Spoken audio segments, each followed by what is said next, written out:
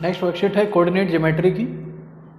First question, the coordinate of the vertices of a rectangle whose length and breadth are 6 and 4 unit, it's one vertex is at the origin and the longer side is on x axis and one of the vertex lie on the second quadrant. तो ये मान लीजिए Y axis है, ये x axis है, तो हमें एक इसमें रेक्टेंगल फॉर्म करना है जिसका इन्होंने कहा कि whose the coordinate of vertex of rectangle whose length and breadth are 6 and 4 unit and it's one vertex is at the origin. तो एक पॉइंट तो ओरिजिन पे हो गया, तो उसके कोऑर्डिनेट तो हो गए 0 0 और वो हमारे चारों ऑप्शंस में हैं, ठीक है। उसके बाद इसने कहा कि लेंथ 6 और 4 है and the longer side x axis पे है and one of the vertex lie in the second quadrant, एक वर्टेक्स जो है सेकंड क्वाड्रेंट में है। तो आपको पता है सेकंड क्वाड्रेंट में जब हम इधर आते हैं तो -1 -2 -3 इस तरह से जो हमारी वैल्यूज़ हैं x की वो नेगेटिव होती हैं। तो अब देखो फर्स्ट ऑप्शन में और सेकंड ऑप्शन में कोई भी वैल्यू नेगेटिव में नहीं है, इसका मतलब है ए और बी ऑप्शन तो आपके गलत हैं अगर हम ऑप्शन वाइज कैलकुलेट करके देखें तो। और यहाँ देखिए, यहाँ 6 4 और 6 4 दो बार दिया हुआ है, तो एक रेक्टेंगल के 2 पॉइंट एक ही जगह पर कैसे हो सकते हैं, हो ही नहीं सकते। तो ये भी आपका रॉन्ग हो गया, बचा डी ऑप्शन, तो डी ऑप्शन करेक्ट है, ठीक है। और सॉल्व करके देखें तो इन्होंने कहा कि लेंथ और ब्रेड जो है 6 and 4 है और इसकी वर्टेक्स ओरिजिन पे, वो तो हमने कर दिया। लॉन्गर साइड एक्स एक्सिस पे है, लॉन्गर साइड हमें एक्स एक्सिस पे लेनी है और सेकंड क्वाड्रेंट में रेक्टेंगल बन रहा है, तो सेकंड क्वाड्रेंट में इधर की साइड आएंगे तो -4 -5 -6 तक ले लेते हैं क्योंकि जो लॉन्गर साइड है वो 6 है और इन्होंने कहा लॉन्गर साइड एक्स एक्सिस पे है, तो इधर एक्स एक्सिस की तरफ आएंगे, यहाँ पर ये आपका दूसरा पॉइंट बनेगा, ठीक है। और इन्होंने कहा था कि ब्रेड्थ जो है वो 4 यूनिट है, तो ब्रेड्थ ऊपर की तरफ बनेगी तभी सेकंड क्वाड्रेंट में रेक्टेंगल बन सकता है हमारा। तो ऊपर की तरफ जाएंगे 1 2 3 4, तो एक हमारा ये कोऑर्डिनेट बनेगा, ठीक है। और रेक्टेंगल बनाना है, सारे एंगल जो है 90 डिग्री के होते हैं, तो यहाँ से परपेंडिकुलर लाइन आएगी और यहाँ से भी परपेंडिकुलर आएगी, ये हमारा जो है रेक्टेंगल बनेगा ए बी सी और डी।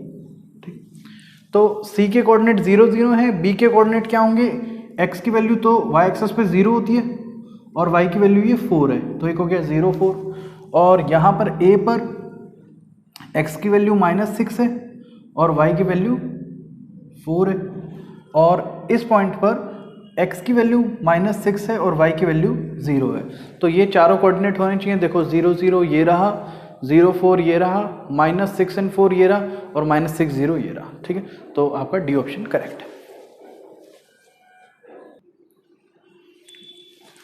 सेकंड क्वेश्चन है, the point P -4 2 lie on the line segment joining the point A -4 6 and B -4 6। तो इन्होंने पूछा है क्या ये जो P पॉइंट है वो A और B की जो लाइन बन रही है उसी लाइन पर लाई करता है। तो मतलब यहाँ पर क्वेश्चन आपका ये है कि क्या ये तीनों पॉइंट कोलिनियर हैं।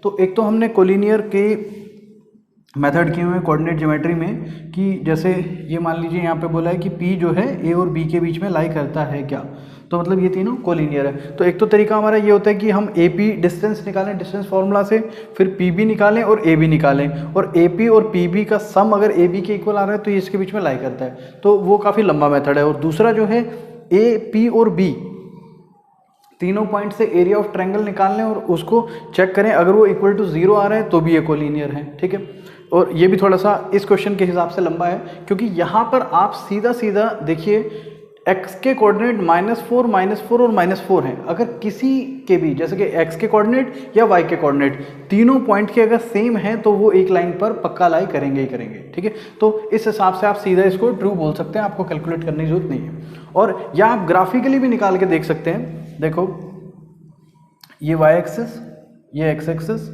तो इनके पॉइंट हैं, एक तो x एक्सिस पे है -4, तो यहाँ पे हम ले लेते हैं -1 2 3 4, ये हो गया -4, ठीक है। और दूसरा पॉइंट है y एक्सिस पे एक 2 है 6 है और -6 है, तो ये 1 2 3 4 5 6 और ये -1 -2 -3 -4 -5 -6, तो ये पॉइंट्स हैं। तो पहला कोऑर्डिनेट है आपका P -4 2, x की वैल्यू -4 y की वैल्यू 2, ये पॉइंट है। ये P पॉइंट हो गया, और A पॉइंट है -4 6, x की -4 ही है, y की 6 है, तो ये पॉइंट हो गया, यहाँ से -4 यहाँ से 6, ये A पॉइंट है। और B है -4 और -6, -4 और ये आपका -6, ये पॉइंट है, ये हो गया आपका B पॉइंट। तो आप देख रहे हो कि ये तीनों जो हैं एक ही लाइन में लाई कर रहे हैं, जो line parallel to y axis है, ठीक है। तो ये ट्रू है। तो आप इसे ग्राफिकली भी बना के देख सकते हैं, इस तरह के क्वेश्चन डायरेक्ट सॉल्व हो जाते हैं, क्योंकि ये जो कोलिनियर वाला है वो तो आपका एरिया वाला तो कटा हुआ है, ठीक है, और डिस्टेंस वाला काफ़ी लंबा पड़ जाएगा। तो थर्ड क्वेश्चन है the distance of the point P23 from the x axis is. तो अब देखिए, ये मान लीजिए x एक्सिस, ये y एक्सिस, सॉरी ये x एक्सिस, ये y एक्सिस, और पॉइंट दिया है 2 3, तो x की वैल्यू 2 और y की वैल्यू 3, तो ये पॉइंट होगा यहाँ पर 2, 3। तो आपसे पूछा है कि डिस्टेंस इस पॉइंट की फ्रॉम x एक्सिस, तो ये x एक्सिस है, x एक्सिस से इस पॉइंट की ये जो डिस्टेंस है ये पूछ रहे हैं। तो देखो ये डिस्टेंस तो ये है ना 1 2 3, ये 3 जो लेंथ है वो ये सेम है, तो यानी कि इसमें क्या होगा आंसर हमारा 3 यूनिट। और आपको वैसे आप याद भी कर सकते हो कि अगर आपको किसी भी पॉइंट से x एक्सिस की डिस्टेंस पूछी जाए तो उसका जो y कोऑर्डिनेट है वो आंसर होगा, और अगर किसी पॉइंट से y एक्सिस की डिस्टेंस पूछी जाए तो उसका जो x कोऑर्डिनेट है वो आंसर होगा, ठीक है।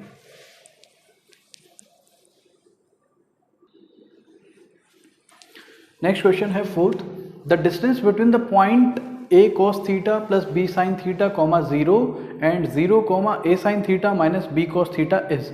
तो हमें इन दोनों पॉइंट के बीच की डिस्टेंस निकालनी है। तो आप मान लीजिए P पॉइंट है आपका a cos theta plus b sin theta 0, और Q पॉइंट है 0, a sin theta minus b cos theta. तो दो पॉइंट दिए हो तो उनके बीच की डिस्टेंस निकालने का डिस्टेंस फॉर्मूला होता है। अच्छा, जो ये एक पॉइंट है इसके फर्स्ट कोऑर्डिनेट को हम इस पूरे को x1 मानेंगे, और ये आपका 0 जो है ये y1 रहेगा, ठीक है। और यहाँ पर ये जो 0 है ये आपका x2, और ये पूरा का पूरा y2, ठीक है। तो now distance formula p q distance निकालनी हो तो वो होता है x2 माइनस x1 का square plus y2 minus y1 का स्क्वायर। यहाँ पर बस थोड़ा सा ये डिफरेंस है कि ट्रिग्नोमेट्रिक टर्म्स हैं, ठीक है। तो पुट कराते हैं, x2 है हमारा 0, तो 0 माइनस x1 है ये a cos theta plus b sin theta, ये x1 हो गया, और इसके होल में स्क्वायर, ठीक। यहाँ पे हमने क्या किया, x2 पुट कराया है, माइनस में x1 एज इट इज लिया है और उसका होल स्क्वायर किया है। यहाँ पे हमने ब्रैकेट इसलिए लगाई है क्योंकि बाहर माइनस का साइन है, अगर हम ब्रैकेट खोलेंगे तो अंदर दोनों के साइन चेंज होंगे। तो अगर आप ब्रैकेट खोलोगे तो ये ब्रैकेट हटेगी, ये माइनस का हो जाएगा, और ये प्लस जो है ये भी हट के माइनस का हो जाएगा, ये ब्रैकेट आपकी हट जाएगी, ठीक है। तो आप इसे डायरेक्ट भी कर सकते हैं। उसके बाद प्लस y2 माइनस y1 है आपका a sin theta minus b cos theta, ठीक है, और माइनस में y1 है आपका 0, -0 उसका होल स्क्वायर। तो नाउ ये जो 0 है, 0 में से माइनस करेंगे, सेम यही टर्म रहेगी, कोई फर्क नहीं पड़ेगा। तो ये टर्म आप डायरेक्ट लिख सकते हैं same, minus a cos theta minus b sin theta का होल स्क्वायर, और ये भी 0 हट के डायरेक्ट हो जाएगा, a sin theta minus b cos theta का होल स्क्वायर। और अब अगर हम इन दोनों का होल स्क्वायर खोलें, होल स्क्वायर का फॉर्मूला आपको पता होगा, a प्लस b का होल स्क्वायर जो है वो होता है a square plus b square plus 2ab। तो यहाँ a माइनस b है, तो अगर मान लीजिए आपसे a माइनस b का होल स्क्वायर कहें तो वो हो जाता है A square plus B square minus 2ab। और यहाँ पर दोनों ही नेगेटिव हैं, तो दोनों नेगेटिव के केस में क्या होता है, माइनस ए माइनस बी का स्क्वायर है, तो माइनस ए का स्क्वायर कराएंगे तो वो तो प्लस का ए स्क्वायर ही रहेगा, और ऐसे माइनस बी का स्क्वायर भी बी का स्क्वायर ही रहेगा, नेगेटिव हट जाता है स्क्वायर में। लेकिन यहाँ माइनस 2ab की जगह जो है दोनों माइनस माइनस मल्टीप्लाई होकर यहाँ b प्लस 2ab ही आएगा। तो जो एग्जैक्टली a प्लस बी का होल स्क्वायर होता है वही सेम माइनस ए माइनस बी का होल स्क्वायर होता है। इसका रीज़न भी है कि देखिए, अगर हम मान लीजिए दोनों में से एक माइनस कॉमन ले लें, अंदर क्या बचेगा, a प्लस बी, और अभी भी पूरी ब्रैकेट पे होल स्क्वायर है, तो यहाँ एक तरह से माइनस जो है वो -1 है, -1 का स्क्वायर करेंगे खाली बाहर वाले का तो वो प्लस हो जाएगा, और a प्लस बी का ये डायरेक्ट स्क्वायर ही आ जाएगा। इसलिए माइनस ए माइनस बी का स्क्वायर और a प्लस बी का स्क्वायर सेम होता है। तो इस पर डायरेक्ट फॉर्मूला लगाते हैं हम, ये हो जाएगा a square cos square theta, a cos theta का होल स्क्वायर कराया है, और यहाँ बी साइन थीटा का कराएंगे b square sine square theta plus 2ab, तो प्लस में 2a है आपका ये a कॉस थीटा और b है b साइन थीटा, प्लस इनका हो जाएगा हमारा a square sine square theta, ये हटा देते हैं,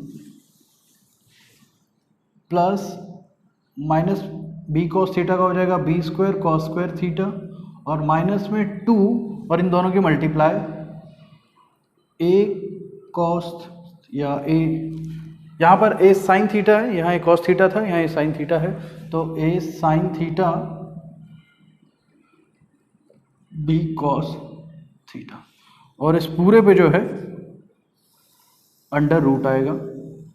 ठीक है, चेक कर लेते हैं, a square cos square theta b square sine square theta plus 2a cos theta b sine theta and a square sine square theta b square cos square theta minus 2a sine theta और b cos theta. Now अब देखिए, ये वाली term और ये वाली term same है, बस साइन अपोजिट है। देखिए इसमें 2a है, उसमें भी 2a है, इसमें साइन थीटा कॉस थीटा है, उसमें भी है, और यहाँ b है, उसमें भी b है, बस आगे पीछे हैं, लेकिन मल्टीप्लाई में सेम ही होता है। तो ये दोनों टर्म्स कैंसिल हो जाएंगी। अब जो है ये जो टर्म्स बची हैं, इसमें से फर्स्ट ये वाली टर्म और इस वाली टर्म्स में से a स्क्वायर कॉमन ले लेते हैं। तो a स्क्वायर कॉमन लेंगे तो इसके पास बचेगा कॉस स्क्वायर थीटा प्लस उसके पास बचेगा साइन स्क्वायर थीटा, प्लस में बाकी जो दो टर्म बची हैं, एक ये वाली और एक ये वाली, इन दोनों में से b स्क्वायर कॉमन ले लेते हैं, तो इसके पास भी sign square theta plus cos square theta बचेगा। और आपको पता होगा ट्रिग्नोमेट्री में कि sign square theta plus cos square theta 1 होता है, तो इसकी जगह भी हम 1 डाल सकते हैं, और ये भी sign square theta plus cos square theta है, इसकी जगह भी 1 डाल सकते हैं, और 1 इंटू ए स्क्वायर हो जाएगा आपका a square and 1 into b square b square, और ये आ गया आपका a square plus b square का अंडर रूट। तो ये आपका सी ऑप्शन जो है वो करेक्ट है।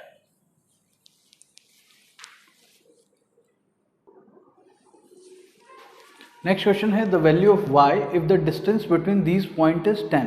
तो पॉइंट दिए हुए हमें 2y और -4 3, तो इसको हम जो है x1 y1 लेंगे और इसको x2 y2।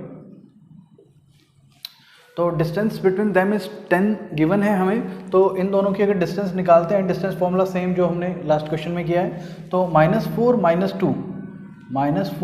- 2 का होल स्क्वायर, ये हमने x2 माइनस x1 करा है, x2 माइनस का था ही और x1 2 था, लेकिन माइनस का साइन आगे लगेगा इनकी सब्ट्रैक्शन में, और प्लस में y2 माइनस y1, y2 है हमारा 3 और y1 है y, उसका होल स्क्वायर और इसका अंडर रूट। ये तो हो गई डिस्टेंस बिटवीन देम जो कि हमें दी हुई है 10, तो इक्वल टू इसको रख सकते हैं 10। नाउ अंडर रूट को उधर भेज देते हैं, तो ये यहाँ हो जाएगा 10 का स्क्वायर 100, और ये खोलेंगे, देखिए -4 और -2 होता है -6, और -6 का आप स्क्वायर कराओगे तो हो जाएगा 36। ठीक है, प्लस यहाँ a माइनस बी का स्क्वायर खोलते हैं, 3 का स्क्वायर हो जाएगा 9 प्लस y स्क्वायर और -3 2 6 y, ठीक है, इक्वल टू में 100 है।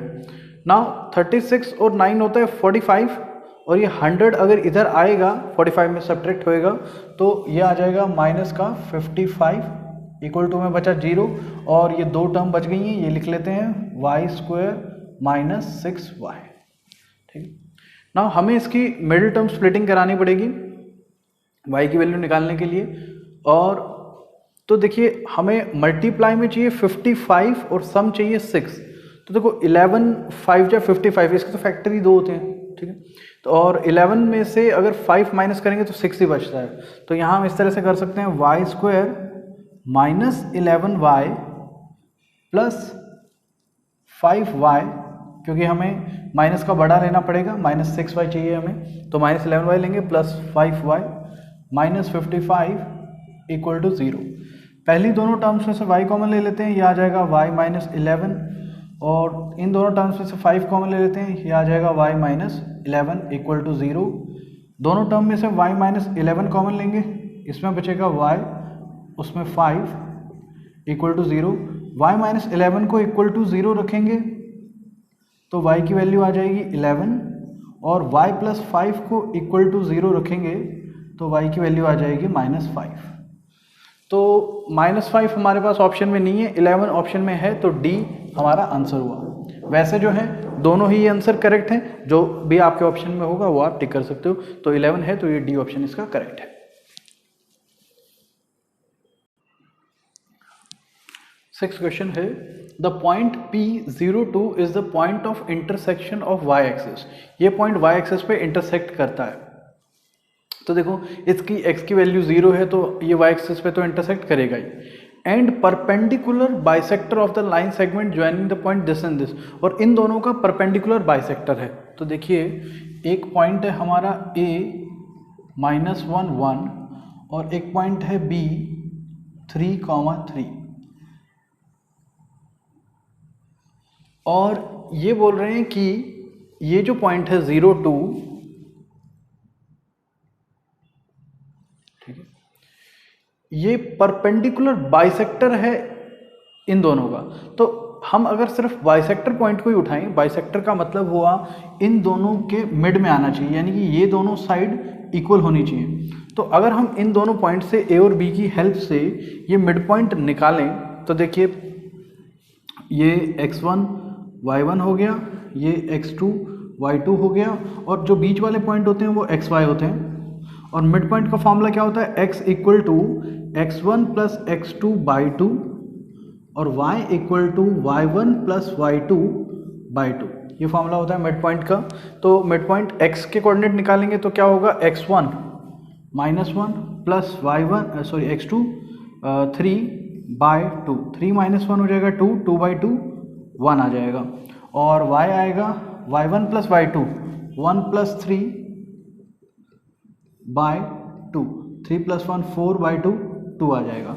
अब देखिए कोऑर्डिनेट आ रहे हैं हमारे 1, 2, लेकिन इन्होंने दिया हुआ है 0, 2, तो ये आपका जो है रॉन्ग है, फॉल्स है।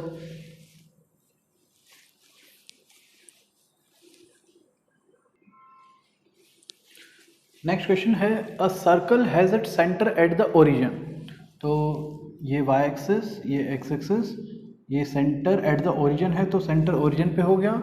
एंड एक सर्कल बना देते हैं इससे, ये हमने एक सर्कल बना लिया सेंटर को ओरिजिन मानते हुए 0 0, और इन्होंने कहा एंड पॉइंट P जो कि 5, 0 है लाई ऑन 8। तो 5, 0, 5 जो x एक्सिस की वैल्यू है, तो ये पॉइंट होगा 5, 0। इन्होंने कहा पॉइंट लाइज ऑन सर्कल, तो सर्कल पे लाई कर रहा है, ये पॉइंट हो गया। और 5, 0 जो है x एक्सिस पे आता है पॉजिटिव साइड में, तो ये पॉइंट है वो।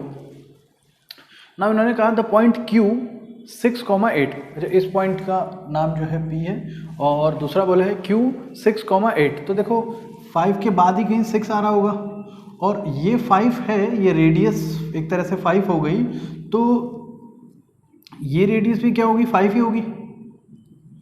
देखिए अगर हम इन दोनों के बीच की डिस्टेंस निकालें भी, तो अगर x एक्सिस वाई से देखें, ये पॉइंट 0 है, ये पॉइंट 5 है, तो इन दोनों के बीच की डिस्टेंस ये 5 है, तो रेडियस 5 है। और अगर आप डिस्टेंस फॉर्मूला से भी निकालोगे ये वो ओरिजिन और P के बीच की डिस्टेंस OP, तो वो भी सेम ही आएगी, 5 - 0 का स्क्वायर प्लस 0 माइनस 0 0 का स्क्वायर, ठीक है। तो 5 माइनस 0 करेंगे 5 ही आएगा, 5 का स्क्वायर 25 प्लस 0 है और उसका रूट 5 ही आएगा।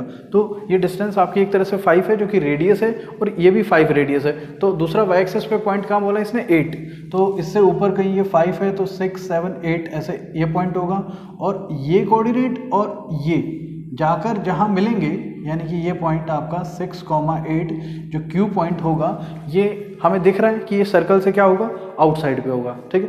तो ये आपका ट्रू है। इन्होंने बोला लाई आउटसाइड द सर्कल, तो आउटसाइड ही बोल रहे हैं, ये ठीक कह रहे हैं, तो ये ट्रू है। और अदरवाइज आप अगर जो है चेक करना चाहें तो आप ऐसा कर सकते हैं, 0 और 6 8 के बीच की भी डिस्टेंस निकाल लीजिए। तो अगर आप ओ क्यू निकालेंगे, ठीक है, तो सेम 6 माइनस 0 6 का स्क्वायर 36 प्लस 8 माइनस 0 8 का स्क्वायर 64 और उसका अंडर रूट, ये आ जाएगा आपका 100, उसका रूट आ रहा है 10। अगर कोई भी डिस्टेंस जो रेडियस से बड़ी हो, किसी पॉइंट की डिस्टेंस, तो वो पॉइंट आउटसाइड द सर्कल आता है। अगर ये रेडियस से छोटी है तो इनसाइड द सर्कल आता है, और एग्जैक्टली रेडियस के इक्वल है तो ऑन द सर्कल आता है। इस तरह के भी क्वेश्चन आ सकते हैं, तो इसलिए आपको ये बता दिया है, ठीक है।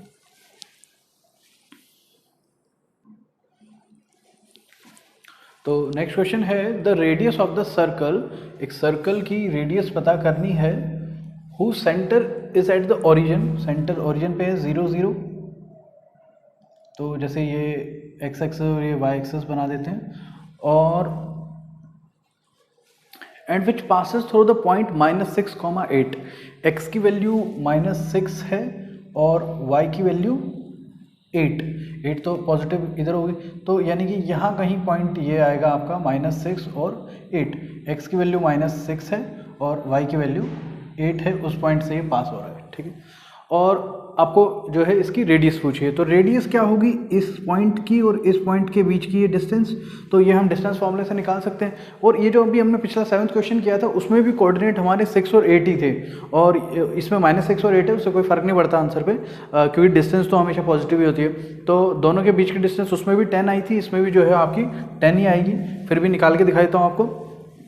तो इन दोनों के बीच की ये मान लीजिए आप P पॉइंट और ये मान लीजिए Q, तो PQ डिस्टेंस निकालेंगे तो वो आ जाएगी x2 माइनस x1, 0 में से माइनस करेंगे -6 तो +6 हो जाएगा, उसका स्क्वायर प्लस 0 माइनस 8 उसका स्क्वायर। अब यहाँ देखिए, यहाँ पे होल स्क्वायर है, तो अगर अंदर नेगेटिव वैल्यू आ रही है तो भी पॉजिटिव आंसर आएगा, और पॉजिटिव है तो भी पॉजिटिव आएगा। पिछले वाले में दोनों पॉजिटिव थे, इसलिए वो आंसर और ये आंसर सेम ही आएंगे। तो ये भी 6 का स्क्वायर 36 हो गया, 8 का स्क्वायर -8 का स्क्वायर करेंगे 64, दोनों का सम 100, 100 का रूट 10 यूनिट। तो ये आपका ए पार्ट है। नेक्स्ट क्वेश्चन है, इज द पॉइंट, ये पॉइंट दिए हुए हैं 3 आपको, ए मान लेते हैं 1, -1, बी पॉइंट 5, 2 और सी पॉइंट 9, 5। पूछा है यार कोलिनियर। तो अभी पहले क्वेश्चंस आया था एक, उसमें भी ऐसे कोलिनियर पूछा था, तो उसमें तो हमने देखा था कि एक्स एक्सिस के कोऑर्डिनेट सेम थे, तो उसी से हमें डायरेक्ट पता लग रहा था। तो इसमें नहीं पता चल सकता, तो यहाँ हम एक काम करते हैं, डिस्टेंस निकाल के देख लेते हैं। तो अब हमें ये भी नहीं पता कि जो बी पॉइंट है वो बीच में है या उसके बाद है, तो कहीं भी हो सकता है रैंडम। तो हमें क्या करना है, सिर्फ मान लीजिए अगर ये बीच में है बी पॉइंट, तो ए बी की डिस्टेंस और बी सी की डिस्टेंस का सम जो है वो ए सी की डिस्टेंस के इक्वल आ जाएगा। और ये आगे पीछे भी हैं, तो जो छोटी 2 डिस्टेंस होंगी उनका सम बड़ी वाली के इक्वल आ जाएगा। तो हमें सिर्फ तीनों डिस्टेंस निकालनी है पहले। तो ए बी निकालते हैं, ए बी डिस्टेंस होगी 5 - 1 4 का स्क्वायर 16, ठीक है, डायरेक्ट कर लेते हैं। और 2 में से माइनस करेंगे -1 तो ऐड हो जाएगा, 3 हो जाएगा, 2 + 1 3, 3 का स्क्वायर 9, 16 और 9 25 का रूट 5 यूनिट आ गया। अब बी सी निकाल लेते हैं। तो बी सी होगा 9 - 5 4 का स्क्वायर 16 प्लस 5 - 2 3 का स्क्वायर 9, 16 और 9 सेम, ऊपर वाला 25, उसका रूट आपका 5। अब निकाल लेते हैं ए सी। तो 9 - 1 करेंगे 8 आएगा, 8 का स्क्वायर 64 प्लस 5 माइनस करेंगे -1, तो 5 में 1 ऐड हो जाएगा, 6 हो जाएगा। 6 का स्क्वायर 36, इन दोनों का सम 100 और 100 का रूट होता है 10। तो आप यहाँ पे देख रहे हो AB और BC का जो सम है वो AC के इक्वल आ रहा है, AB plus BC equal to AC, तो देयरफॉर दे आर कोलिनियर। तो इन्होंने कोलिनियर ही बोला था, तो ये ट्रू है, यस।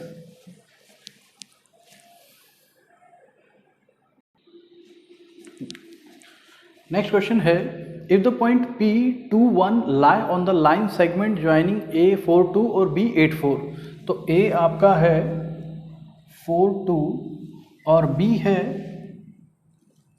84, तो इन दोनों का जो लाइन सेगमेंट बन रहा है उस पे जो है एक P पॉइंट लाई करता है, the P point lie on the line segment. तो P को कहीं भी मान लेते हैं यहाँ पे P2, 1, ठीक है। तो इन्होंने कहा है AP जो है वो 1/3 ऑफ AB है, AP जो है B के इक्वल है, या ये ऑप्शन जो है हमें निकालने हैं। तो यहाँ पे देखिए, एक तो हम ऐसा कर सकते हैं कि सेक्शन फॉर्मूला यूज़ कर लें, सेक्शन फॉर्मूला से K/1 रेशो यूज़ करके वो रेशो निकाल लें, ठीक है। दूसरा, हम इनकी अगर डिस्टेंस इजीली निकल रही है तो डिस्टेंस से भी पॉसिबिलिटीज़ निकाल सकते हैं। तो डिस्टेंस थोड़ा इजी पड़ेगा। देखो AP डिस्टेंस अगर हम निकालें तो AP कितना आ रहा है, 2 - 4, -2 हो जाएगा, उसका स्क्वायर 4, 1 - 2 1, 1 का स्क्वायर 1, यह आ गया आपका √5। अब PB निकाल लेते हैं। PB जो है वो आ रहा है 8 - 2 6, 6 का स्क्वायर 36 प्लस 4 - 1 3, 3 का स्क्वायर 9,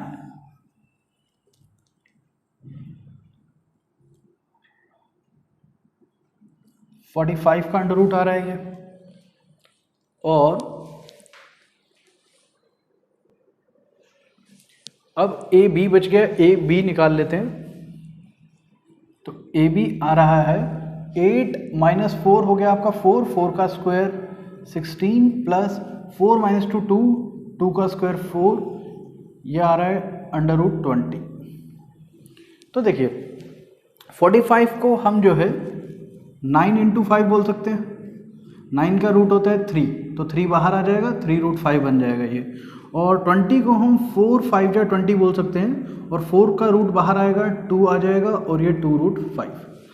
अब देखिए AP ये जो डिस्टेंस है ये √5 है, और PB ये जो डिस्टेंस है ये 3√5 है, जबकि AB 2√5 है। टोटल ये टोटल डिस्टेंस 2√5 और ये 3√5 है, तो ये तो पॉसिबल ही नहीं है। इसका मतलब तो ये हुआ कि ये जो P पॉइंट है ये यहाँ पर नहीं, ये इस लाइन सेगमेंट पे बाहर यहाँ लाई कर रहा है। P पॉइंट क्या था हमारा 2, 1, तो ये बाहर लाई कर रहा है। क्योंकि देखिए अब हम फिर भी इसको करेक्ट मान सकते हैं, क्योंकि देखो P और B के बीच में डिस्टेंस है 3√5, यहाँ से यहाँ तक डिस्टेंस है 3√5, और AP A और P के बीच में यहाँ से यहाँ है √5, और A और B के बीच में है यहाँ से यहाँ तक 2√5। तो ये तो करेक्ट है, क्योंकि 2√5 प्लस √5 3√5 होता है। तो एक तो इन्होंने जो है अरेंजमेंट प्रॉपरली बताया नहीं है कि जो है P पॉइंट एग्जैक्टली बीच में लाई कर रहा है या आउटसाइड द लाइन है, ठीक है। तो एक तो हमें ये यहाँ पर पता करना था, तो ये यहाँ पे पता चल गया हमें कि P पॉइंट बाहर आ रहा है, तो वो डिस्टेंस से ही पॉसिबल था। अगर हम सेक्शन फॉर्मूला लगाते तो उसमें रेशो हमारी नेगेटिव आ जाती, ठीक है। तो अब जो है इन्होंने पूछा है AP AB इन सब की रेशो। तो अब अगर देखें AP जो है 1/3 है AB का, AP AB का 1/3, देखो 2√5 का 1/3 कराएंगे तो √5 नहीं आएगा, गलत है। AP PB के इक्वल है, AP और PB ये भी गलत है, क्योंकि ये √5 है और वो 3√5 है। उसके बाद PB मतलब पूरा का पूरा 3√5, वो AB का 1/3 है, ये भी गलत है, क्योंकि AB ऑलरेडी छोटा है, उसका 1/3 करेंगे और छोटा हो जाएगा। अगला है AP मतलब ये डिस्टेंस √5, ये AB ये डिस्टेंस इसका हाफ है, ये करेक्ट है। देखो इन्होंने कहा AP जो है वो हाफ ऑफ AB है, हाफ ऑफ ए बी। तो देखो आपका ए पी कितना है √5 और हाफ ऑफ ए बी कितना है 2√5।